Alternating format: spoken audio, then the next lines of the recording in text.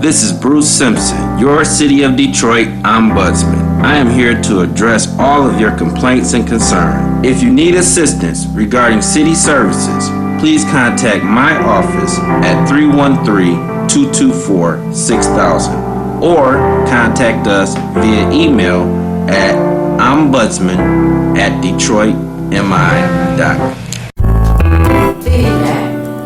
Feedback. Hi, this is Theo Bruton. And I am Thabiti Mpina. Inviting you to join us each Monday at 9 a.m. for Feedback. A positive image production by Hood Research. Encourage others to tune in each Monday on Comcast Detroit, Roku, Amazon Fire TV, watch WHPR TV Network anywhere. And take us along with you. Feedback. It's you liberals who have lifted them up, Howard. Paul, you conservatives make a mistake. You can't afford to strangle hope in people. Without hope, people become dangerous. No, Howard, you liberals have let them invade our society. You give them jobs, political jobs. Paul, you missed the point. It's only the smart ones we move up. That makes it even worse. No, we have to move them up. If we leave a smart one in the ghetto, he might develop into a leader against us. But if we raise him up into white society, we neutralize him. He feels compelled to try to act like us. He loses his identity and his racial anger, if he has any. He becomes alien to his brothers. They realize he sold them out and they grow to hate him. He becomes worthless to them and safe for us. No, thank you. In fact, in his love for the creature comforts, except for his color, he's become one of us. All right, and we're all the way live right here at WHPR and WHPS. You are tuned into Feedback, a positive image production by Hood Research. My name is Theo Broughton, co-founder of Hood Research, and my co-host, Thabiti. Welcome to the program. We thank you so much for helping to sponsor this program. And for those of you who are interested in helping also, please make your check or your money order out to Hood Research. But if you prefer, you can make it out to a Watkins Broadcasting Company. We have no objection to that. But we would, however, like for you to mail it to Hood Research at P.O. Box 4416, Detroit, Michigan 48204. Again, please mail it to Hood Research, P.O. Box 4416, Detroit, Michigan 48204. I just want to say it has been a wonderful August, and now we're in September. But I want to thank those of you who came to the premiere with us. We had a wonderful time. And in August, I enjoyed interviewing Miss Long, the lady who was 99 years old. That was a very exciting interview for me. And it was exciting for her as well. She was talking about how she had really enjoyed being here. It was the first time that she was on television. You know, there are so many things that are taking place in and around this community. And for those of you who want to call in and talk about any of them, please feel free. I want to say good morning to Rosa and to Ron and to Vicky and to Vera and Barbara. And I might say again, Barbara was really looking good when I saw her at the Barack Obama birthday party. And good morning to Tom and to Al and to Henry and, oh my goodness, to Katrina and Rochelle and Carl. And there's just so many new people that I've been meeting out in the community. Who do you want to say good morning to? Say good morning to Sister Jackie. I appreciate the tip on Sabbath. A lot of us don't know the true Sabbath. Shout outs to Sister Cheryl D, Sister Sheila Ragland, Brother Smith Bay, Brother Shane, Brother Fred, also Jackie Bowman, Frida Washington, And I always ask you all to have your friends, family, neighbors, co-workers, acquaintances to tune in, and also have pen and paper handy for valuable information you may want to record. Right. And I also got to remember to say good morning to Betty, Miss Farmer, and also to Lawrence. They're tuning in regularly to watch our show as well. And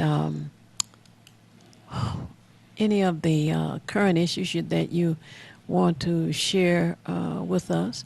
You know, it was something interesting that I heard on the way over here, and that was about the flag code or the flag laws put in place in 1923, and the disrespect of the flag was covered in there, and people have been making fun and criticizing Kaepernick.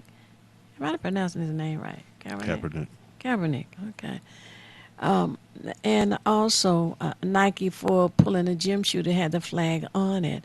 But rightly so, the complaint should not be about the flag on the shoe and Kaepernick taking a knee, as much as the understanding should be that what he did was out of respect, and it is a form of respect that is shown by the military, whereas the flag on the gym shoe is disrespect. But it's interesting how the media wants to twist things up and turn things around and make you think it's up when it's down, you know. Truly sad. I heard, I guess it was yesterday or last night, that Byron Allen, who is an African-American talk show host, his mother, this wasn't mentioned, but just something I happen to know, that his mother is responsible for him being in the entertainment business. And she had worked for a number of the administrators, if you will, in the entertainment field, big shots. And they gave her son a chance. And now it seems that he's a billionaire. That worked out really well. You know? Any I hadn't heard of that, no, but well, I guess it's just a sign that if parents are involved in their children's life, they can really help set directions, open them up to experiences and potential goals, or at least the exposure of those things that are out there. So we can say that's a success story. Absolutely successful. Yes. He has a show, what is it called? Entertainment comedy or something. Anyway, the Comedy guests, TV. Comedy TV. And the guests on this show are all comedians. I came across that one evening. It was funny, but he has other platforms and all, so it's really interesting, the purchases that he's been able to make as well. So. Yeah, as with other businesses, it's always good to be able to, first you create a business, and then once the success comes, learn how to diversify, particularly when your business is profitable, lucrative, to open up other venues. As we know, or I didn't know at the time when I was younger, that when I shopped at Montgomery Ward, I didn't realize that Mobil Oil Company owned them. But this is just an example of diversification. You start with something, and then you branch out. And I don't have it with me now, but a lot of people who supported unknowingly the Koch brothers, one of whom which recently passed, didn't realize that they had so many other satellite businesses that come up. So with Byron Allen, I just think it's a admirable thing that he initiated something and then branched off. Even Ebony with Jet magazine at the time, and in the fashion fair, and they got into beauty products as well, at least advertising, Afro Sheen, just a lot of things. So we have to learn how to continue to reinvest in our business. One thing that generally happens is some of us will gain success, but will not reinvest in that to continue to make it grow, to keep a legacy, and then have something to hand off to our family, whether it's children directly or the family members who may be involved, sisters and brothers. So we definitely have to learn how to expand our business footprint, as it's said. That's excellent points. And you know, mentioning Mobil Oil Company, the majority of the black-owned gas stations that we researched were Mobil gas stations. There were some who owned the property on which they had their Mobil station, so that when Mobil pulled out of the city, they could switch from a Mobil gas station to BP or whatever other station. But for those who just had a franchise and did not own the land on which the Mobil gas station was operating, they just totally went out of business, and Mobil moved out of the city of Detroit. It's interesting. I know sometimes I'll listen to various, well, let's say McDonald's in particular, where you can either be a franchisee or an owner, but you just made a valid point for me that it's better to be the owner than a franchisee, because you're just an extension of something as opposed to having any rights or say so. And if that entity decides to, if it just disappears, you disappear with it. And that was what happened to the majority of the black-owned gas stations in Detroit. And there are some people who are aware of that, and there are others who just think that another group of people came in and took over. Now, there were some that were bought out, of course, but for the majority of the black-owned gas stations, it was the Mobil Oil Corporation that moved out of the city of Detroit. So God bless the child who has his own. Hey, that's a good saying. I wonder who comes up with all of these sayings. I've got a dark note that I hate to bring up. Well, I think it needs to be brought up, and this was something that Sly Soul shared on Facebook. But 12 police officers in Dothan, Alabama, have been discovered to have planted drugs or guns on over 1,000 black men. Oh. And they were the man who was the head of the narcotics division, which is a lieutenant. He oversaw that group, so they would plant drugs, or and some of the brothers are still in jail, as a matter of fact. But now he's the police chief of Dothan, Alabama, but this has just been recently discovered, so now we just have to let all the other things unfold. But yeah, but we know they've set us up before, but this is just something. Whoa. And interestingly That's a enough, big setup. these 12 officers were part of a racist organization, and some other Caucasian officers actually outed them, which is good. I say that because a lot of times we know that there's that blue wall of silence, so it's not wrong or right. They won't point the finger at rogue cops, but these particular Caucasian officers discovered it and let it be known. So these 12 officers, although this is the initiation of it, I'm sure they'll be indicted, and there'll be other things that follow, but over 1,000 black men were set up. And my experience as a teenager, when they tried to set up a friend of mine when we got off from work and tried to plant drugs on him while we were getting off from work, lets me know that this reality is still a reality. So we have to be aware of that.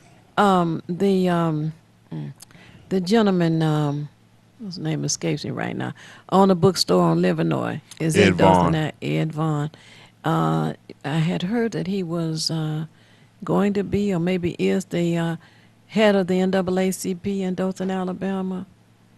So I don't know what the current position of Ed Vaughn is, but if someone has that information, please let us know. Call in.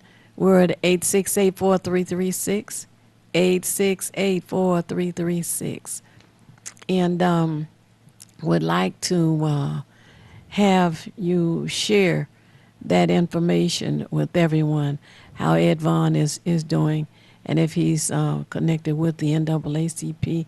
But I know it was reported that when he left here, that he was going to Dothan, Alabama. 1,000, 1,000. Sort of like the judge in, I believe it was Philadelphia, who was is close to 5,000 youth that were, as we discussed in earlier shows, who made it a point to give black youth the harshest sentences possible in order to maintain a certain number of prisoners within the prison system. Yeah. So this is coast to coast and border to border. Oh, well, I certainly do thank God that that discovery was made. And now I would hope that it would be reported on, say, some major news station, since they're those of our community who only want to watch the major news stations to get their information from. But that is, oh God, you know, and you just wonder how long had this been going on, you know, that how long the ones who were set up have been there, knowing that they didn't do it. And they wonder why our relationship with law enforcement is what it is. Well, our experience has given us no reason to feel comfortable with them. So we have to, and then I think it's, and then when you deal with a small community as well, it makes it even harder, like with Trayvon Martin in Sanford, Florida. Very small community, and small communities, even with Michael Brown, I'm trying to think Ferguson. Nobody would have ever known about Ferguson. And then there was there was 6 brothers. I can't remember the city, but my point is that there's many different small cities that can just get away with anything, unlike a larger metropolitan area, Detroit, New York, Chicago, etc., where they're being monitored more closely and there's a larger population. So we have to be aware that these small communities, they even used to say when the people will ride through Ferguson, that who lived in Ferguson, African Americans, that you had to ride through a number of other small communities, and I can let's just say associate that with something like Melvindale, Dearborn. If you're in Detroit, you may have to ride through a few of those communities to get to where you work at, and it's not like those communities. They need money for one, so it's a revenue thing, so issuing tickets, setting up speed traps, or even to the point of planting things on people in order to be able to keep revenue for the city. And these small cities don't have the same pull, so we have to be aware that we're under assault. Oh, absolutely. You know, there was a young lady talking about education and teachers. I hope it wasn't black teachers, but anyway, teachers on the educational system not knowing how to teach about slavery. And, you know, the first thing I thought was, well, how about the truth? Let's start with the truth. The truth of the matter is it was brutal. But then I think all the way back to Europe and how brutal it was there. When you think about the Crusades, when the groups went through a community, you were told you have to be Christian. You have to declare that you're a Christian, and if you don't, you were dead. I mean, there was no compromise. You either were or you did. You're a Christian? No, you dead. I mean, you just got to declare it, and that's something that is not often talked about in any detail. You may see some glamorous pictures of crusaders, or you may see a little bit of that in some movie, but it was always glamorized. But what was glamorous about killing somebody who says they're not going to be a Christian just because you say so? You know? It's interesting because this is a characteristic, more or less, of Western civilization. And the reason I say that is because We know that there were other civilizations that may have had sacrifices to the gods, so to speak, but in terms of just outright brutal murder, whether it's guillotine, having you in the stocks, I guess that was a mild form of punishment. I guess when they got your head and your hands in the stock, and people can go by and see you in that way, but to put you on the rack and stretch your body until your limbs are snatched off. If you look at other societies, cultures around the world, you don't see that. And one thing I make note of quickly is that also in many of the other cultures outside of Western civilization, there was no such word for jail, because they didn't have jails. They just did not incarcerate you. You were ostracized by the community because of your act, and then that was supposed to get you in line, but there was no place to just house you. But again, that's part of Western civilization. So their atrocities, and then to your point, Theo, why don't they tell the truth? Because the truth hurts. Teddy Roosevelt said, "Tell the truth and carry a big stick." Someone else said, "The truth will get you killed." so the truth just don't work out there. Yeah, I see. And then when you talk about the kind of weapons that were used, the Iron Maiden. Does anybody out there know what an Iron Maiden is? You know, and who was it that made this?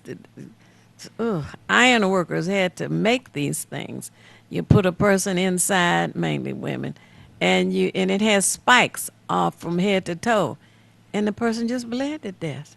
I mean, how long does that take? Oh, and the chastity belt, and I'm sure women died from infection with that, and the guillotine, just chop your head off. Oh, good.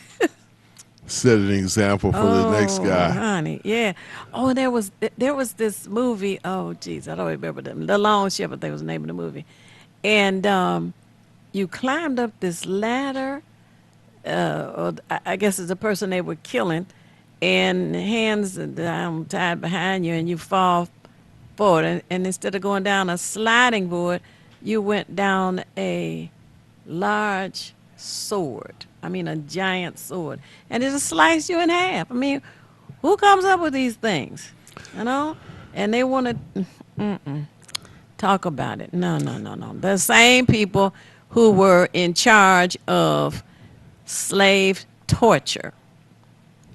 One thing that I learned in my experiences of studying history, like when the French were in the islands, the Caribbean island area, a few of the ways that they tortured people, which included pregnant women, were to, like, they would bury a man, let's say up to his neck in sand, and then put molasses or something sweet on him, on his head, and then let the red ants just chew him apart.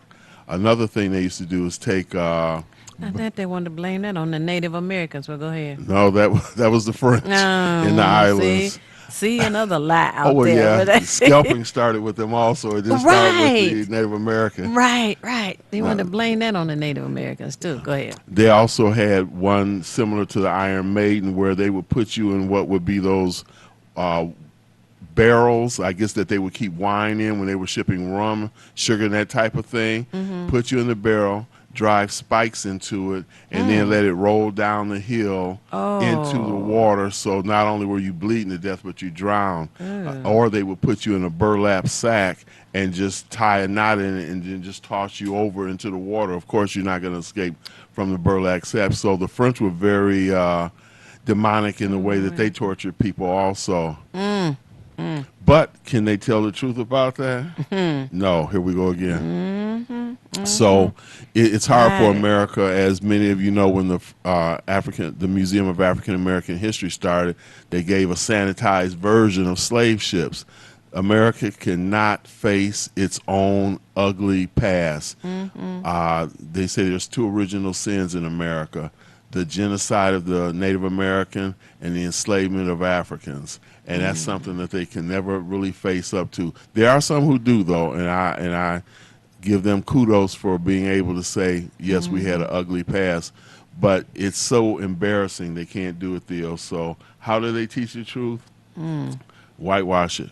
Oh, good. No pun intended. Yes. No pun intended. Oh, Okay, the whites are washing the truth. Okay, I'm sorry. Yeah. On another note, and we had someone on our show who spoke on this. I happen to be working on a project. I put it like this for a friend, a house that's being repaired, and a young African American. I was so happy to see this too. I was sitting in the driveway. I had my buddy in the house working while I was gathering some materials, and it was a young African American brother. He's part of the census thing, but this is not where they come and ask you the information about households. He's like a scout troop. What they do is they go down the streets, they verify the addresses because they have all the addresses where there's either a house was there, if it's still occupied or not. So I spoke with, because he came and spoke with me and we talked for a bit. And I told him I was proud of him, number one, to take the initiative to get the job. But he let me know also, he says, yeah, I have to, before we even send out the census takers, we have to verify that the house is still there, because the house that I'm working on, there was an empty lot next to it. So my point also in saying this is that there are still opportunities for people in our community to be census takers in our community. Right. And to see this young brother, he probably was no more than 18, 19 years old, but just the fact he took the initiative. And if I'm correct from when we had the interview, the pay starts at $18 an hour. You can't beat that coming out the gate, and they will teach you. So just go to uscensus2020.gov and just start to research the information. If you know someone who's unemployed, and although this is a job that's a temporary job, it's a chance at employment. And then once you, and if you're making that kind of money, it can be the kickoff for if you want to go to Wayne County Community College. It will help you with your tuition. So it's a good starting point. But we have to take advantages of these things. And the other thing I want to mention quickly is that you can still put yourself in a position to get a job with Fiat Chrysler. Now, of course, this was set up for Detroit residents first. So it's important. Now, you can go to DetroitAtWork.com, or you can call area code 313-962-WORK. I can't tell you what those numbers mean. I don't have my phone handy, but 313-962-WORK to find out about having an opportunity working for Fiat Chrysler. I was over on Warren and St. Jean area where they're constructing a new Chrysler or Fiat Chrysler facility, and I saw some African-American construction workers, but when that building is finished, they have to have people in there to work. So please take advantage of these things now while the opportunities are there. Oh, absolutely. And for those of you who are in need of classes, you need to know that Wayne County Community College has several campuses inside the city of Detroit. The one on the east side is I-94 in Connor, right across from the Coleman A. Young International Airport.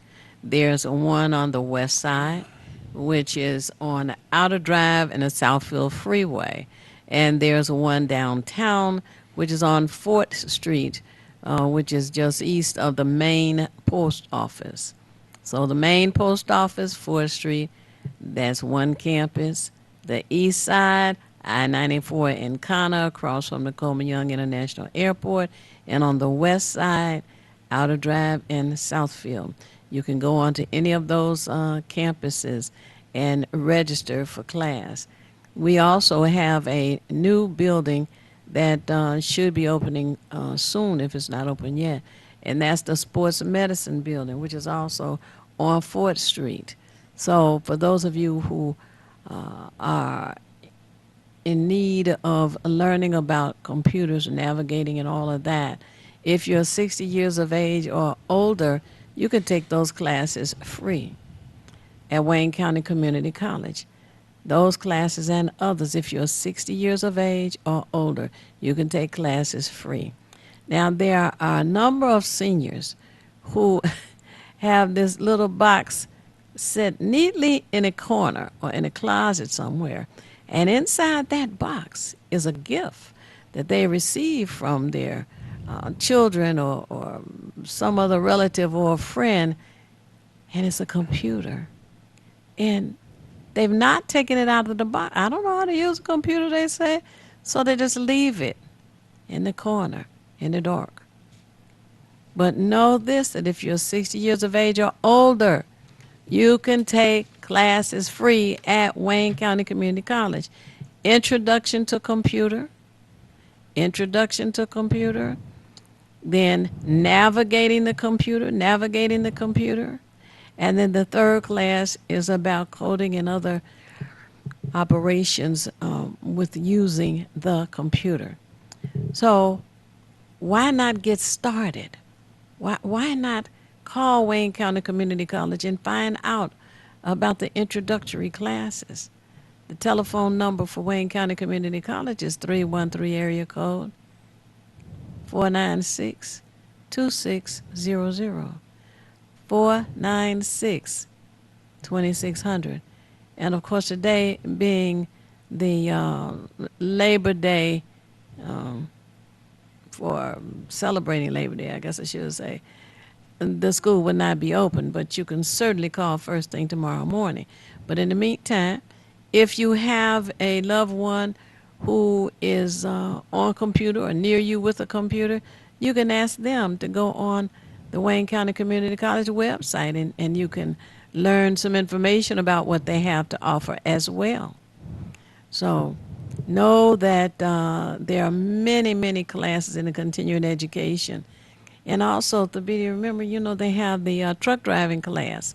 And after that class, and you get certified if you don't have a CDL, which is a commercial driver's license, they assist you with obtaining a CDL.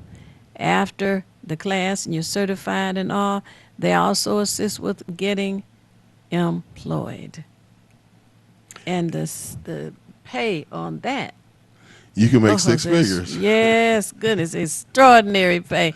And it's good to be able to share the kind of information like this that comes past us, And you should have no fear. I know, this has been generations long, but we know sometimes people fear going back to school. You feel like maybe you're not in tune with what's current or something like that. Don't let your fear inhibit your action, because you can't gain anything by not trying, but you can gain something by trying. Even if it's the experience of making a mistake, you've learned something by making that effort. And I know sometimes they say, well, I'm 40, 50 years old, and I'm sitting up here with these teenagers or 20 years old. So what? Matter of fact, they will respect you, and a lot of times they will help you. So never fear making an effort. If you fear trying to tie your shoes, you'll just be walking around with shoes with the laces flopping. You have to make an effort for whatever it is you want to acquire or gain. I like that. and it's many people say, well, I'm just not going to fool with it, just like you said with the computer. You'll look at it and you have a fear. I didn't know how to make videos, but I do now. I didn't know how to upload them on YouTube, and I didn't really have an assistant, but I was persistent in saying that I'm going to keep on trying until I get it. And the courses are so varied at Wayne Community College. You just can't go wrong. I was telling a buddy of mine who lives near the Northwest campus, and he has certain physical challenges. I say, well, you're not that far from this campus. Take a Tai Chi course or take a yoga course. It's very light on the body. It stretches, the postures and things, but you got to do something. You can't do nothing but say I'm aching without making an effort. And medication will only dope you up. It will not solve your problem. Activity is the solution. Yeah, I agree with that. And I haven't heard from Les way on the west side. And I haven't heard from Jay way on the east side. Wonder what they're doing these days. They need to check in, Yeah, and it's good to have soldiers out there on the front line who are doing things. And then, as you said, update us on what's going on with you. Certainly we can support you and acknowledge anything you have going, because we're all part of the same network and we need each other. We really do. Absolutely. You know, it's feast or famine. Around here, feast or famine. And I thought that our guests might have shown up by now, but it's okay.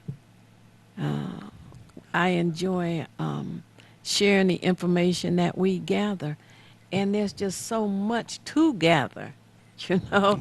What we have talked about so far, you know, has just been abundant, if you will. And Sly Stone, where's Sly Stone? Sly Stone. So, Sly Stone. I renamed you. uh, uh, oh goodness, our poet. and it's interesting, this host of the show before us was mentioning he didn't smell any barbecue. Usually people are out barbecuing. Are any of you out there queuing? Maybe you're washing your food right now, getting it ready. But our comment was that usually what we used to do is you'd barbecue the day before the holiday. That way you wouldn't be caught up in the kitchen or out there on the grill trying to get things together, and all you had to do is heat it and eat it. So I haven't smelled any barbecue, maybe 1 or 2 times, but are you out there queuing? And are there any open invitations? Well, anyway. You have to add that to it, too. We'll bring paper plates and cups and pops. That's right. That sounds good. Sounds good. And I hope, too, that people, just like with other holidays, take a little seriousness with it, too, because it deals with unions. I've been a member of 2 unions, and even though they don't always act in our best interests, just like voting, the unions respond to the membership. Politicians respond to the voters. If the membership is not putting pressure on the union, then the union, like the guy who was living a lavish life working for Fiat Chrysler, he wanted to look like a big shot using union money. But Labor Day is a day that we, I think, should even for a moment reflect on how unions, just like African Americans prior to, built this country. It wasn't the upper class that built it, and then those who were unable to work. It was the middle class people, particularly those who may have been in unions, who were able to fight for 8-hour shift days, as opposed to the back in the 20s and 30s where you had child labor. And again, this is another reflection of Western culture, where you had them working in sweatshops for 12, 18 hours a day because the only thing that mattered was corporate interest. So today is a day also just to think that, and then there are places now that are saying we want to be unionized because they understand the strength of numbers. So Labor Day is also a day to think about how people can work together, because unions, even though in the earlier days they were exclusively Caucasian, the numbers, I guess it's like with voting, 3/5, right? You had to bring other people in to make your numbers greater, even if you didn't care for them. Right. Excuse me, because it was the bottom line was that. So just give yourself a moment, and the phone numbers are right here on the because you're our guest today. The guest didn't show up, so you're our guest, and the phone numbers are there at the bottom of your screen. And I'm totally in support of it. I was involved with my union quite a bit, and I guess I was one of the rabble rousers or noisemakers because, again, they don't respond. I guess they say the squeaky wheel gets the grease. Yes, I heard that before. So you have to make noise. You can't go sit among yourself, your coworkers on break or lunch and say, yeah, this union not doing nothing, but then you don't show up at the meetings. And this is the same thing I say when the schools were, when schools are active. Do the parents involve themselves? Even if you can't be there on a regular basis, you have to be present at some point to know what the counselors are saying. What are the teachers saying about your children?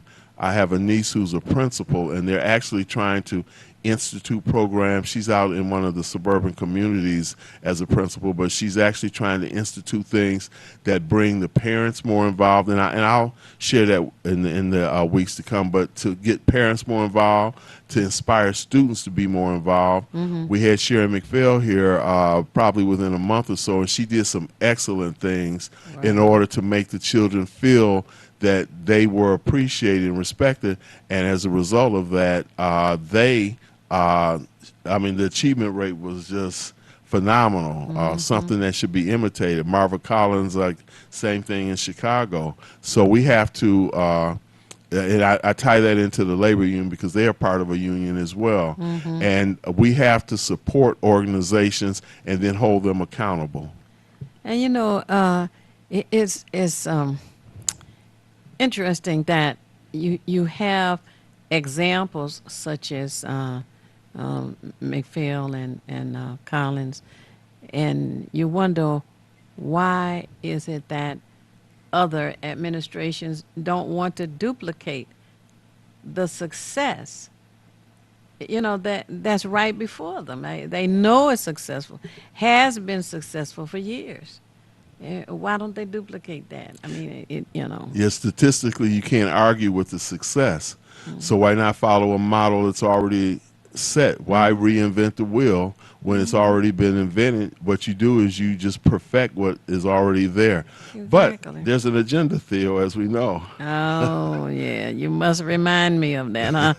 Well, I do like to say the positive things that do take place. One, Barton Elementary School opened, I guess for registration on Thursday, Friday. It's on Ohio and Joy Road. That's to relieve the overcrowding of McKenzie Elementary School, which is on Wyoming and Chicago. So they did open it. I hope that building is in good shape because it had been vacant for a while. Then a preacher leased it, and I guess he decided that it didn't work for him. So then the building was vacant again for a bit. So now it's been renovated, we're told, and the elementary school is now open, as I said, to relieve the overcrowding. So I'm hoping that that will be a successful decision. But the sad thing is, when you talk about the Detroit public school system being very low, they do not talk to you about the special needs students that are mainstreamed. And if you have a student who has a difficulty learning in a classroom, and there's many more of them, that lowers the grade point average of the whole class, of the whole school. So now that school will be on a lower rung of the ladder than it would be if they had the special needs students in the schools that were actually prepared and set up with all of the kind of equipment they need for them. They shut down 2 schools that were for special needs children, and they've not, I guess, even thought about reopening them. They would rather destroy the ranking of the Detroit public school system than to do what's right. And we have a guest caller. So, Well, now. Hello, caller. You're on the air. Would you share your name and how you're viewing us, please? Slight goal. I've been trying to get y'all, but I can't get you on my either Fire Sticks on either TV, so I don't really know what the subject is. But I'm just listening to Theo talk about the special ed children. Makes me think about the water that's contaminated in Detroit as well as Flint that's causing special ed students.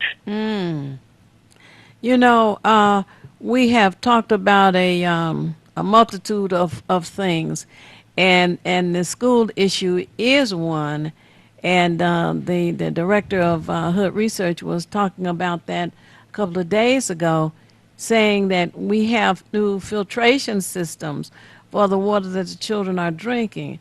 But is there a filtration system for the water that they wash their hands with? What about other schools, the charter schools? Do they have water filtration systems? You know, the other private schools. There's a focus on the Detroit public schools to destroy the public schools. Right. And are these other schools being investigated as well? We don't hear anything about that. One of the other things we talked about is the weaponry used by those who had enslaved the Africans who were brought here against their will. And that same group of people were brutal in their own countries. They had all kinds of the guillotine, you know, they chopped folks' heads off. They had the Iron Maiden and all kinds of weapons used to torture and murder people. The Crusades, you know, during the Crusades, if you didn't say you were Christian, they just killed you. You didn't have any other choice. You were going to be Christian or you were going to be dead. And wow. what else did we talk about? Oh, census, a little bit everything. Oh yeah, we talked a little bit about the Hodgepodge. census. So whatever you want to talk about, you don't. You know what? I'm glad you brought up the religion. I've been listening to Dr. Hagen, and he was once a preacher until he did his research on all this trickery and fakery that's been done, and using religion to control a person's belief in their thoughts, and that has hindered masses of people and causes more division than anything. And so they have us believing things that never existed, don't exist, and will fight you tooth and nails if you talk against their beliefs. And he was saying how if people only knew the truth, a lot of these these poverty pimps and the Catholic Church, all of them would be shut down and shut out because they have been using this religion as a control factor of how people think and what they think. And so it's amazing. But even Hidden Colors talked about how religion was one of the greatest tools used to just control. And so between that and the political system, they all, to me, look like the same beast that want to control and hinder people and profit at the same time. Right. Sly Soul. Also, earlier in the program, I mentioned Facebook post that you put up. I saw this morning about the 12 officers in Dothan, Alabama, who planted drugs and guns on over 1,000 black men. And so that was one of the things I brought up, and I appreciate all the things that you share with me, because those little things, it may show up in the little Gazette in Hooscow, Mississippi or something like that, but it never makes mainstream news, so I appreciate you sharing that information. Oh yeah, and there has been some lynching going on too of some teenage males that they won't let go in the mainstream media. Where? So, yeah. You know where? I don't remember what state. I don't remember what state it took place in, but the factor is they're not letting it get to mainstream media. Wow. That these sort of atrocities are still going on, where white folks think it's cool to continue to lynch people, and we already know the calling on black people for living, for walking, for looking. Yeah. It's sad, but hey, we got to understand that this world is still full of sick-minded people who have been, through generations, have been taught the white man's ignorance to hate. Right. Yeah, I do. And the shooting of 29 people in Oneida, Texas. Oneida, Texas, and 7 of them have died so far. The media, this one, I don't even know what station it was, is trying to say this was not a terrorist act. That they killed the man who was doing the shooting, So they don't know whether he considers himself a terrorist or not. But they're just going to categorize him. Oh, this what couldn't it? Why couldn't it have been? You know. So they were saying this one is different because he was mobile. He was driving his car and he was shooting people out of his car. So he was mobile. He still was a terrorist. Assassinating. He Exactly. was still assassinating. Right, and they were very careful not to label McVeigh as a terrorist when he blew up the federal building in Oklahoma. They did mention, although I guess a lot of investigation is still going on, that the guy had got fired 3 hours before he went on this rampage, but the rage was in him much earlier than that. So to try to associate his rampage with the fact that he got fired, you know, and then 45 happened to mention that, well, this is another mentally disturbed individual. Here we go again. Well, I guess it takes one to know one, huh?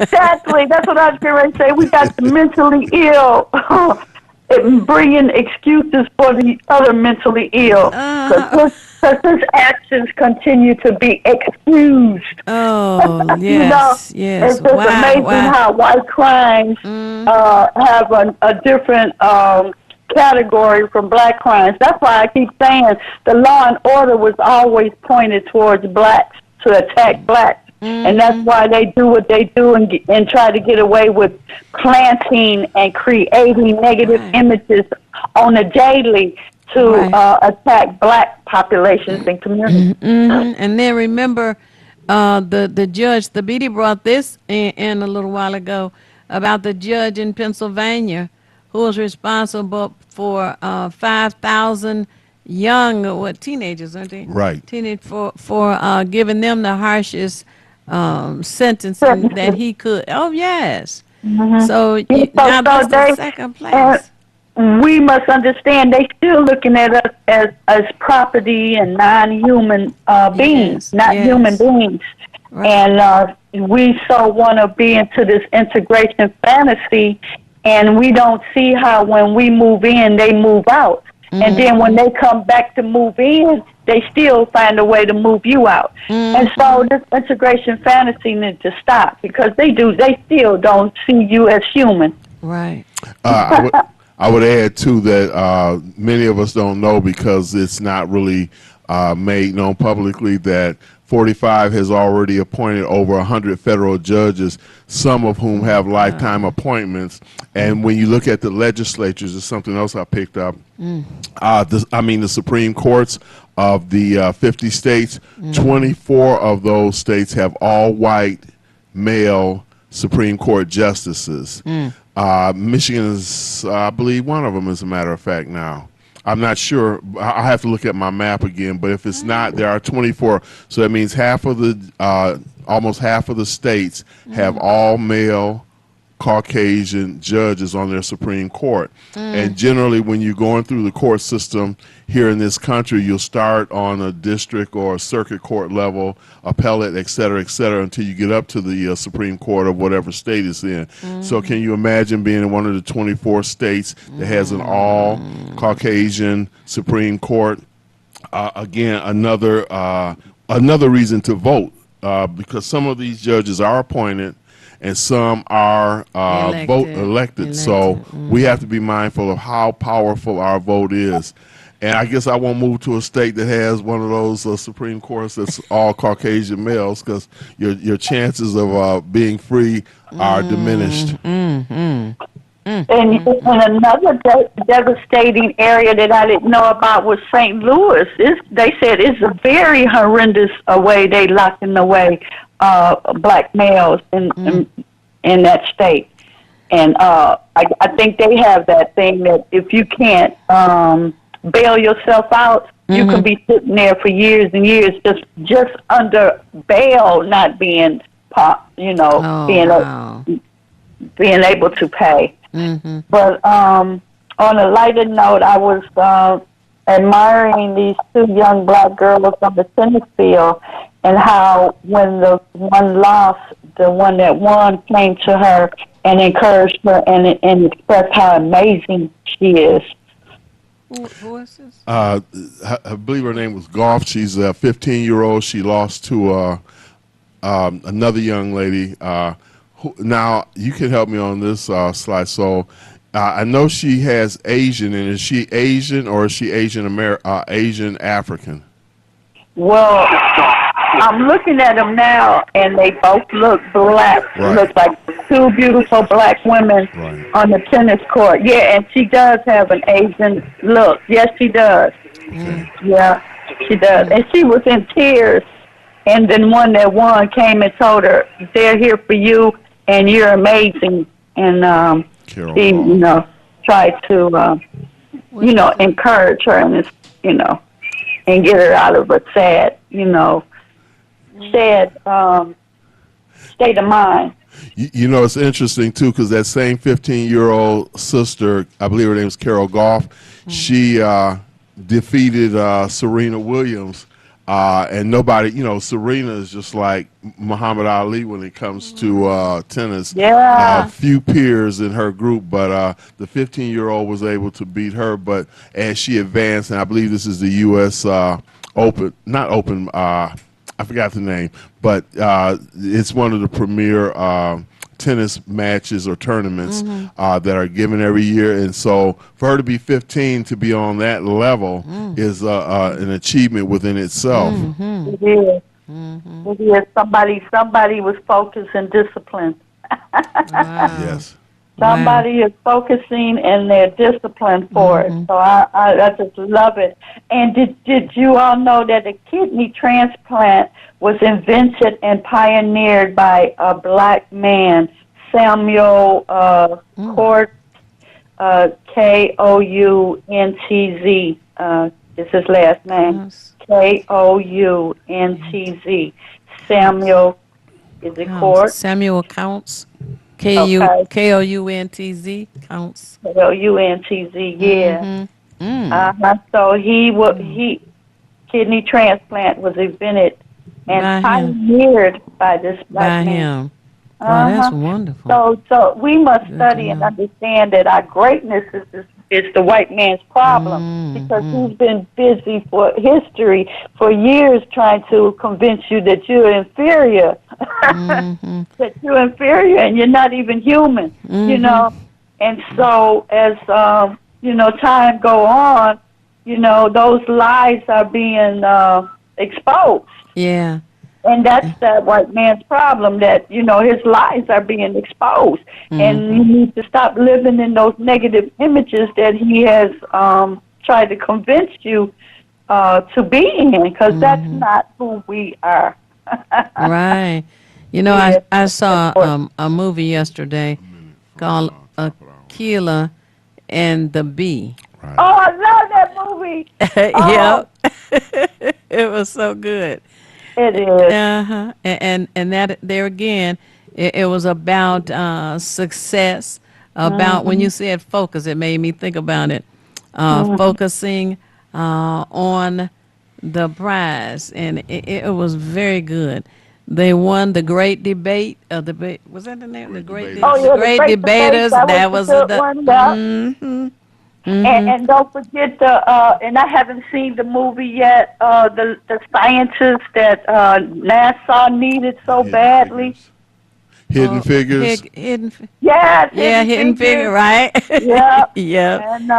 And actually, it was a couple of years ago that these black young girls came up with some inventions at NASA, and they won the competition, and they got nothing but hate mail, hate messages coming through the internet, and they had to shut it down because it was filled with hatred. Because these girls were so smart that they, couldn't nobody beat them, and they were very successful in a competition in NASA. Right. I want you to hold on.